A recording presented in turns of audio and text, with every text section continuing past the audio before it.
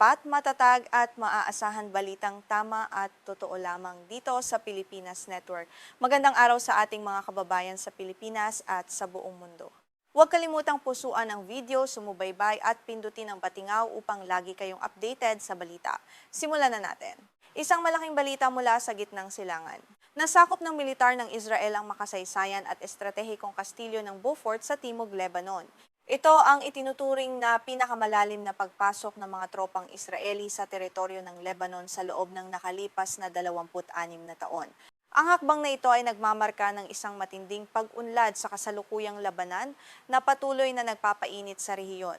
Ayon sa ulat ng militar, ang pagkubkob sa Beaufort Castle na malapit sa lungsod ng Nabatye ay naganap matapos ang ilang araw ng walang humpay na airstrikes at matitinding bakbakan sa mga kalapit na nayon. Hinarap ng mga tropang Israeli ang matinding pagpalag mula sa mga militanteng Hezbollah na nagresulta sa madugong labanan bago tuluyang nakuha ng Israel ang kontrol sa estratehikong mataas na lugar na ito. Ang pagkakabihag sa kastilyo ay isang malaking tagumpay para sa kampanya ng Israel sa kasalukuyang digmaan laban sa Hezbollah. Nagsimula ang seryeng ito ng labanan noong ika-2 ng Marso nang magpakawala ng mga rocket ang Hezbollah patungo sa hilagang bahagi ng Israel. Nangyari ito 2 araw matapos salakayin ng Estados Unidos at Israel ang Iran na siyang pangunahing taga-suporta ng grupong Hezbollah.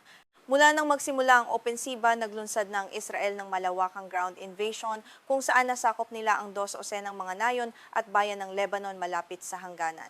Bilang tugon, nagpakawala naman ng Hezbollah ng libu-libong mga missile at drone na nagtatarget sa mga sundalong Israeli sa Timog Lebanon at maging sa hilagang bahagi ng Israel na nagdulot ng malaking pinsala sa magkabilang panig. Dahil sa lumalalang sitwasyon, umani ng matinding reaksyon mula sa internasyonal na komunidad ang ginawang ito ng Israel, humiling si French Foreign Minister Jean-Noël Barrot ng isang emergency meeting sa United Nations Security Council upang talakayin ang mga operasyong militar ng Israel sa Lebanon. Inilarawan niya ang malalim na pagpasok na ito ng mga tropang Israeli bilang isang hindi katanggap-tanggap na aksyon. Sa kanyang pahayag sa telebisyon sa Pransya, binigyang diin ni Barrot na walang anumang dahilan ang makakapagbigay katwiran sa pagpapatuloy ng mga operasyong militar ng Israel sa Lebanon. Dagdag pa niya, ang lumalalim na pananakop sa teritoryo ng ibang bansa ay lumalabag sa mga internasyonal na batas at nagpapalayo sa tsansa ng kapayapaan sa rehiyon, kaya naman dapat itong matigil sa lalong madaling panahon. Ayon sa mga diplomatikong source na tumangging magpabanggit ng pangalan, ang hiling na emergency meeting ng UN Security Council ay posibleng maganap sa hapon ng Lunes. Inaasahang tatalakayin dito ang mga posibleng resolusyon upang mapatigil ang lumalalang karahasan at ang pagpasok ng puwersang Israeli sa loob ng Lebanon habang patuloy na nananawagan ang iba't ibang bansa para sa isang mabilisang ceasefire. Sa kabilang banda, ipinagmalaki ng pamahalaan ng Israel ang kanilang tagumpay. Nagpost sa social media platform na X ang tagapagsalita ng militar ng Israel na si Avichai Adrai ng mga larawan ng mga sundalo sa labas ng kastilyo. Kinumpirma rin ni Defense Minister Israel Katz na matagumpay nilang naitaas ang watawat ng Israel sa ibabaw ng makasaysayang kastilyo bilang simbolo ng kanilang ganap na kontrol dito. Ang Beaufort Castle ay dating nasakop ng Israel noong taong 1982 at hinawakan nila ito hanggang sa kanilang pag-atras noong taong 2000. Sa isang seremonya para sa mga nasawing sundalo, sinabi ni Katz na pagkatapos ng 26 na taon, muling dinala ang watawat ng Israel sa mga taluktok na nakatanaw sa mga bayan ng Galilee na nagpapakita umano ng kanilang determinasyon na protektahan ang kanilang bansa. Idineklara rin ng Defense Minister na layunin ng Israel na panatilihin ang kontrol sa kastilyo habang isinasagawa ng kanilang mga tropa ang paggibas sa libu-libong mga bahay at infrastruktura na ginagamit umano ng Hezbollah sa Timog, Lebanon. Ayon sa pamahalaang Israeli, ang mga estrukturang ito ay ginagawang kuta at imbakan ng mga armas ng mga militante upang salakayin ng mga sibilyan sa hilagang Israel. Ang kastilyo ng Beaufort na nakatayo sa mataas na burol ng Lebanon at nakatanaw sa Ilog Litani ay may napakahabang kasaysayan bilang isang estratehikong kuta ng militar. Itinayo ito bilang isang Crusader Castle noong ika-12 siglo sa ibabaw ng mga lumang fortification. Dahil sa magandang lokasyon nito, naging target ito ng iba't ibang imperyo at hukbo sa buong kasaysayan ng gitnang silangan.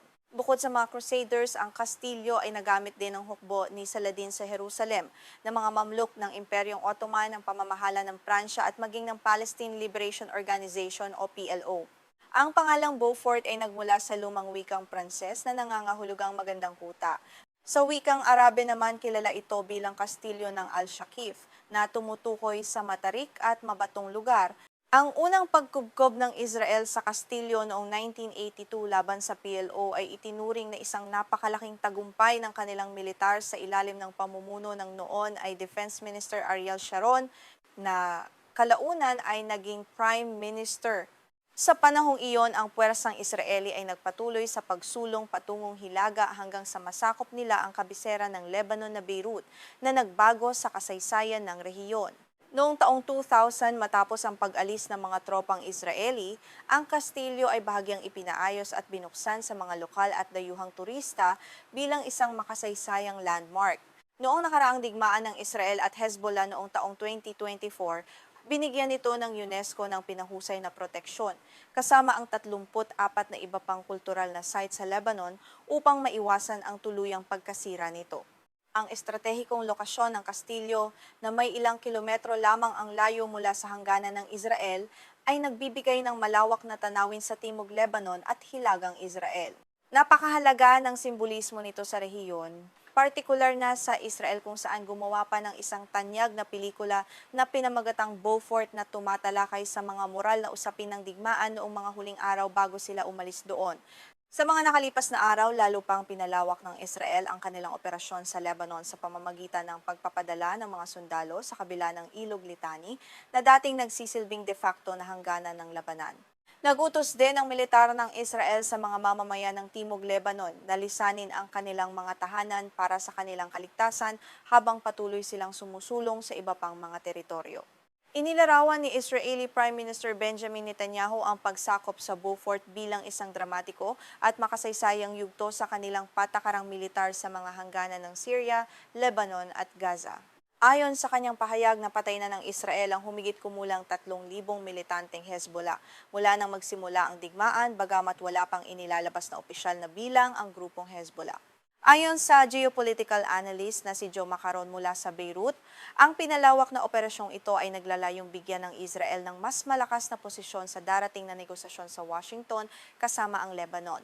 Dagdag niya, ito ay isang kritikal na yugto dahil habang mas maraming teritoryo ang nakukuha ng militar ng Israel bago ang ceasefire, mas marami silang maipapataw ng mga kondisyon sa Hezbollah. Sa kabila ng pagsulong na ito, patuloy ang palitan ng putok sa hangganan. Naglunsad ang Israel ng mga pag-atake malapit sa Tyre kung saan 13 manggagawa sa kalusugan ang nasugatan.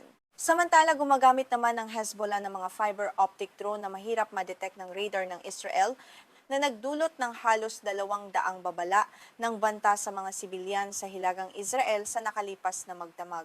Ang pinakahuling labanang ito ay nag-iwan na ng higit sa 3,300 patay sa Lebanon at nagpaalis sa mahigit 1 milyong mamamayan mula sa kanilang mga tahanan.